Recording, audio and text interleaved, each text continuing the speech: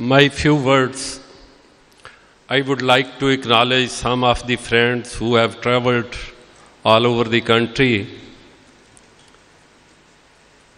Former President Yasin Azad, Supreme Court Bar Association, all the way from Karachi.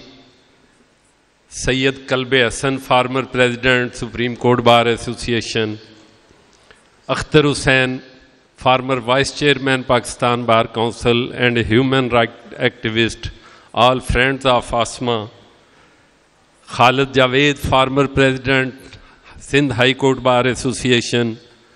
Pir Masood Chishti, member Pakistan Bar Council and former President, Lahore High Court Bar Association. Tahir Nasrullah Wadayaj, former President of Lahore High Court Bar Association and member Pakistan Bar Council. Parliamentarians like Sayyida Nafisa Shah, an MNA of People's Party, she is here. Janab Faratullah Babar Sahab, a parliamentarian, human rights activist. Janab Afra Siab Khatak Sahab, all these friends of Asma Jahangir in the whole of their life. Sajid Tarar, an advocate and a solicitor from UK. Munir Malik, member Sindh Bar Council and former president of Karachi Bar Association. Zaur Shahwani, a former judge of Shariat Court from Balochistan and a close friend of Asma Jahangir. Sardar Tahir Hussain, HRCP के member और former हमारे leader, advocate Supreme Court from Balochistan. Similarly, Barrister Jahangir Jadoon, former Advocate General, Islamabad High Court. Matiullah Jan, all the way from Islamabad, a known journalist.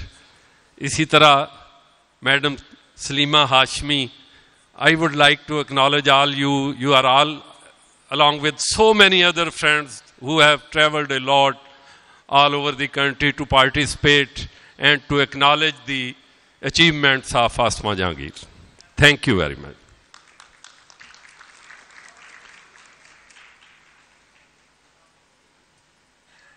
The Honorable Chief Guest, Sayyid Mansoor Ali Shah Sahab, Justice Sayyid Mansoor Ali Shah, Senior Peony Judge of Supreme Court, Your Excellencies, distinguished guests, ladies and gentlemen, Assalamu alaikum. I would like to take this opportunity to first welcome you all to the 5th Asma Jahangir Conference at Lahore. This coveted conference conveys every year as a testament to arduous yet resilient life of our dear colleague and friend Asma Jahangir, who achieved excellence in her pursuit for human rights and law in Pakistan and became a global icon by virtue of the giant body of her work.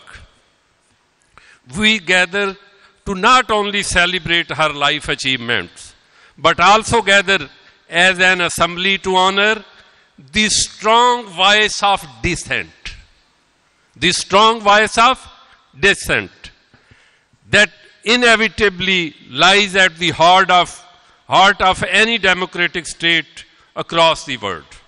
Today, not only does Pakistan, but the world in general faces unprecedented challenges that include escalating crisis in Middle East and ongoing genocide in Palestine, raging pro-Palestinian mass protests in metropolitan cities across the world.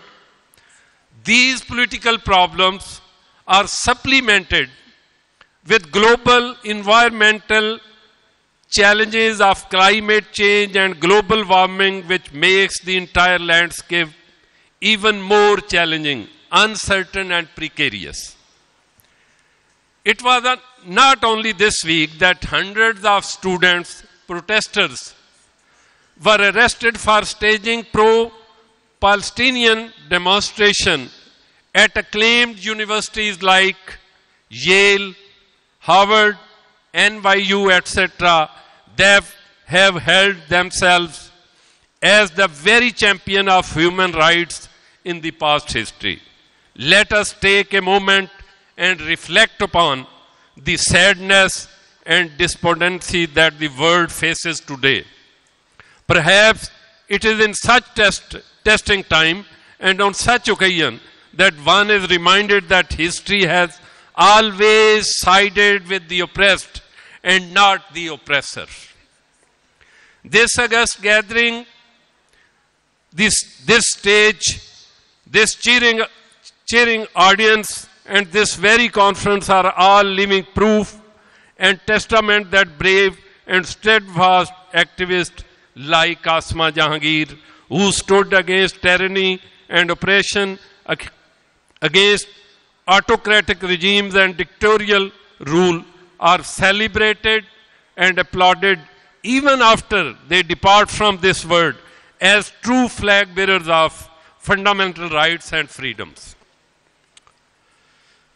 Today, Pakistan and its legal system stand at a Herculean crossroad, where on one end is the choice to continue to tread down the mundane path of mediocrity and acceptance of status quo. On the other, to democratically dissent and disagree so as to strive for the higher goal of democracy and rule of law. At the beginning of this year, while exercising its advisory jurisdiction, the August Supreme Court of Pakistan passed a detailed order in the presidential reference in the case of Zulfikar Ali Bhutto under Article 186 of the Constitution of Islamic Republic of Pakistan, 1973. This landmark judgment not only vindicated the former Prime Minister of Pakistan, but also showed the resolve to learn from mistakes and adopt the correctional course in judicial history of this giant leap undertaken on its own accord by the apex court deserves the highest appreciation and claim. It shows the earnest resolve to learn from the past mistakes and put a firm step forward in the right direction. As leader of the bar and bar associations, it is our collective responsibility to act as a catalyst for such positive change without making the courtroom a battleground for political point scoring. The bench and bar are two wheels of same chariot, and with this ideology deeply imprinted in our heart and mind, we welcome all steps undertaken by superior courts across the country in defending justice, especially in such troubled times. Although it is a rudimentary public law that superior judiciary should refrain from digressing into contentious socio-political debates and criticisms qua executive, yet in discharging its constitutional role, affecting as a guardian of fundamental rights and freedom for citizens, it is becoming an accepted norm to expect the judiciary to address growing public concerns. These certainly includes ensuring transparency and accountability so as to enforce public confidence in the institution of our state.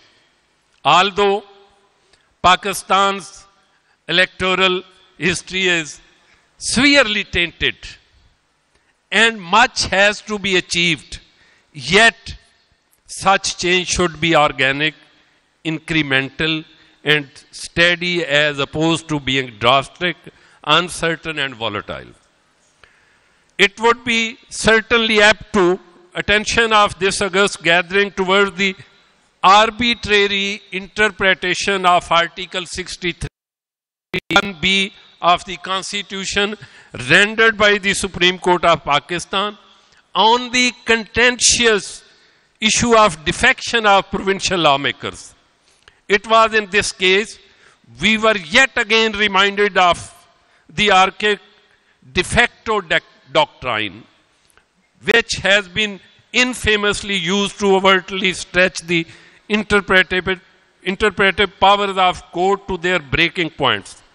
This tainting and twisting of the settled scheme of the Constitution created a major constitutional crisis in the whole province of Punjab, having far-reaching political and economic consequences. Such judgments mutilate the very spirit of the Constitution, diminish public confidence in the apex court, and invariably pose a serious threat to the very foundation of our parliament democracy. However, upholding of Supreme Court Practice and Procedure Act 2003 by full court is good law acknowledging supremacy of the parliament. Despite all pressing challenges, our bar unanimously resolves to enhance the judiciary's role in securing any manner of positive change so long as the same is envisaged in the four corners of law.